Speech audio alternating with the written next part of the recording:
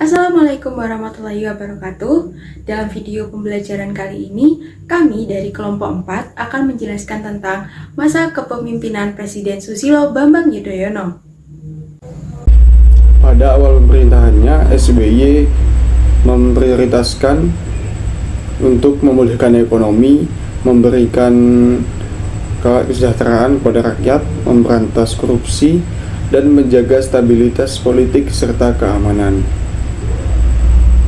Susilo Bambang Yudhoyono ini dilantik Presiden RI ke-6 pada 20 Oktober 2014 bersama Yusuf Kala. Dengan kemenangan pemilu 60,62% suara pada tahun 2004 dengan prioritas pemerintahan pemberantasan korupsi melalui pungutan KPK, pemulihan ekonomi dengan bantuan sosial seperti BLT, dan penanganan bencana besar seperti tsunami Aceh 2004.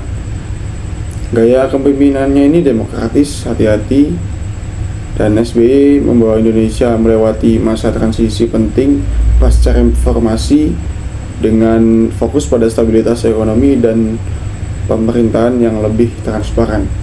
Latar belakang Presiden SBY ini lahir pada tanggal 9 September 1949 dengan nama lengkap Susilo Bambang Yudhoyono, lebih dikenal dengan SBY, Presiden ke-6 yang menjabat sejak 20 Oktober 2004 sampai 20 Oktober 2014. Lahirnya di Pacitan, Jawa Timur, dengan karir militer Jenderal TNI dan lulusan Akabri tahun 1973 dan pendidikan master dari Webster University. Pendidikannya ada Dr. IPB pada Dr. IPB 2004 dengan karir politik Menteri Pertambangan dan Menko Polkam pada era Megawati. Susilo Bambang Yudhoyono atau SBY adalah Presiden ke-6 yang menjabat 2 periode 2004 sampai 2014. Lahir di Pacitan, Jawa Timur pada tanggal 9 September 1949. SBY adalah lulusan Akabri dan doktor dari IPB. Sebelumnya ia menjabat di berbagai posisi militer dan politik. SBY terpilih sebagai presiden pertama melalui pemilihan langsung dengan Yusuf Kala dan Boediono sebagai wakilnya. Selama masa jabatannya, ia berhasil menjaga pertumbuhan ekonomi, memperkuat infrastruktur, dan mengurangi kemiskinan lewat TNPM Mandiri. Ia juga menyelesaikan konflik Aceh dan mempromosikan budaya Indonesia ke UNESCO. Setelah pensiun, SBY mendirikan The Yudhoyono Institute dan aktif di Partai Demokrat, dan diberikannya ia dikenal sebagai pemimpin berhati-hati, pencipta lagu, dan penulis buku. Kebijakan ekonomi Presiden Susilo Bambang Yudhoyono yang pertama adalah menaikkan dan menurunkan harga BBM yang bertujuan untuk memulihkan anggaran pendapatan belanja negara yang terancam jebol.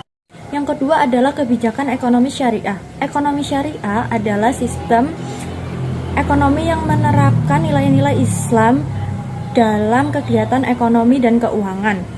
Kebijakan ekonomi syariah Susilo Bambang Yudhoyono diharapkan meningkatkan peran ekonomi syariah di sektor perdagangan, investasi, asuransi, dan perbankan. Yang ketiga adalah memberdayakan usaha mikro kecil dan menengah atau UMKM. Ini bertujuan untuk mendukung dan mendorong pertumbuhan UMKM di kalangan masyarakat serta pertumbuhan perekonomian Indonesia. Yang keempat adalah perbankan syariah. Perbankan syariah memberikan pembiayaan tanpa bunga atau riba. Hal ini dapat menghindari investasi bisnis yang dilarang dalam Islam. Hal ini dapat mendorong dan membantu perekonomian yang lebih berkelanjutan. Yang selanjutnya adalah pembentukan BNPT atau Badan Nasional Penanggulangan Terorisme yang bertujuan untuk menanggulangi serta memberantas terorisme. Badan ini badan non-kementerian yang bertanggung jawab langsung kepada Presiden. Nah, BNPT ini mempunyai tugas untuk melaksanakan kebijakan, strategi, dan program nasional penanggulangan terorisme. Selanjutnya adalah DKN. DKN dibentuk pada tanggal 8 Oktober 2005. Nah, ini dibentuk menurut Ikrar menilai pembentukan DKN adalah amanat UU nomor 3 tahun 2002 tentang pertahanan negara. Selain itu, nantinya DKN akan mengurusi masalah keamanan secara komprehensif. Jadi tidak hanya terorisme saja. Jadi DKN tidak bekerja pada kasus per kasus. Selanjutnya adalah pembentukan Densus 88. Nah, Densus 88 merupakan salah satu cara pemerintah untuk memberantas bentuk-bentuk tindakan terorisme. Salah satu cara ini adalah cara pendekatan hard power dengan penggunaan pasukan pemukul. Sesuai dengan amanat undang-undang, Densus 88 memiliki kewenangan dalam penanggulangan terorisme.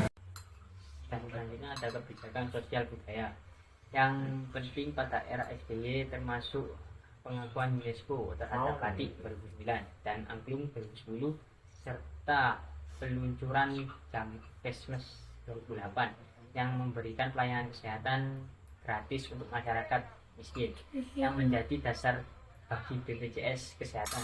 SBY juga meluncurkan PNPM Mandiri 2007 yang memberikan dana hibah untuk pembangunan desa guna memberdayakan masyarakat. Dan yang pertama itu korupsi dan efisiensi anggaran. Tantangan korupsi besar seperti proyek Hambalangan dan Jemturi serta pemborosan anggaran di kementerian dan lembaga dan menghambat pembangunan. Respon SBY mendukung KPK dan meningkatkan transparansi melalui sistem online seperti e-Bajing. Meskipun ada kritik terhadap inkonsistensinya, ketergantungan pada harga komoditas, tantangan ekonomi bergantung pada komoditas seperti sawit dan batu bara. Fluktuasi harga global mempengaruhi pendapatan negara, sementara diversifikasi ekonomi masih minim. Respon SBY mendukung hilirisasi dan melarang ekspor bahan mentah untuk pengolahan dalam negeri meskipun hasilnya belum optimal. Krisis ekonomi global 2008, tantangan menurun investasi asing, melemahnya rupiah, dan perlambatan ekonomi global. Respon SBY memperkuat konsumsi domestik dan memberikan stimulus fiskal seperti subsidi dan pengurangan pajak untuk menjaga daya beli masyarakat. Dan yang kedua, pembahasan politik. Konflik SARA dan separatisme, tantangan konflik SARA di Ambon, Poso, dan Papua, serta gerakan separatisme seperti OPM mengancam stabilitas nasional. Respon SBY mendukung perdamaian Aceh melalui perjanjian Helsinki dan mengadopsi pendekatan militer serta dialog di Papua meski dikritik karena kurang fokus pada kesejahteraan. Korupsi di lingkaran pemerintah, tantangan kasus besar seperti Bank Senturi dan Hambalang melibatkan tokoh penting merusak citra pemerintah dan Partai Demokrat. Respon SBY mendukung KPK, memecat kader Demokrat terlibat korupsi, namun dinilai kurang tegas terhadap lingkaran partai sendiri. Fragmentasi, koalisi pemerintahan, tantangan koalisi tidak solid karena konflik kepentingan antara partai menyulitkan pengambilan keputusan di DPR. Respon SBY mengutamakan untuk menjaga stabilitas politik mesti mengorbankan efektivitas kebijakan. Kemudian ada tantangan ekonomi. SBY tentu saja juga memiliki tantangan pada masa pemerintahannya di bidang ekonomi.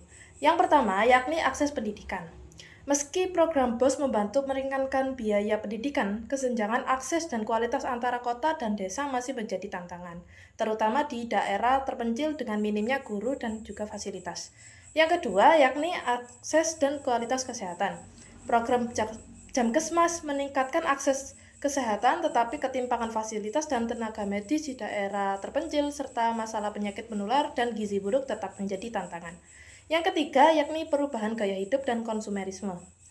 Globalisasi mendorong gaya hidup konsumtif di kalangan kelas menengah, sementara pola makan tidak sehat akibat urbanisasi meningkatkan risiko penyakit. Selama masa kepemimpinan SBY mulai dari tahun 2004 sampai tahun 2014, terdapat beberapa tantangan, khususnya dalam bidang lingkungan. Yang pertama, ada isu transboundary haze atau kabut asap lintas batas. Hal ini disebabkan oleh kebakaran-kebakaran hutan yang ada di Indonesia yang berdampak sampai ke negara tetangga. Faktor-faktor yang menyebabkan adalah kebakaran yang terus berulang-ulang dan penegakan hukum yang tidak tegas. Namun, Presiden SBY sudah berkomitmen dalam ASEAN Agreement of Transboundary Haze Pollution pada tahun 2014 dan menerapkan kebijakan-kebijakan agar hal ini tidak terulang kembali. Selanjutnya, isu yang kedua, perubahan iklim yang tidak tentu. Hal ini disebabkan karena kebakaran-kebakaran hutan yang sering terjadi di Indonesia yang mengakibatkan iklim tidak menentu. Kemudian yang ketiga, akibat eksploitasi sumber daya alam yang tidak bijak, sehingga menghasilkan limbah-limbah yang tidak terkontrol. Tantangan yang keempat adalah bencana alam.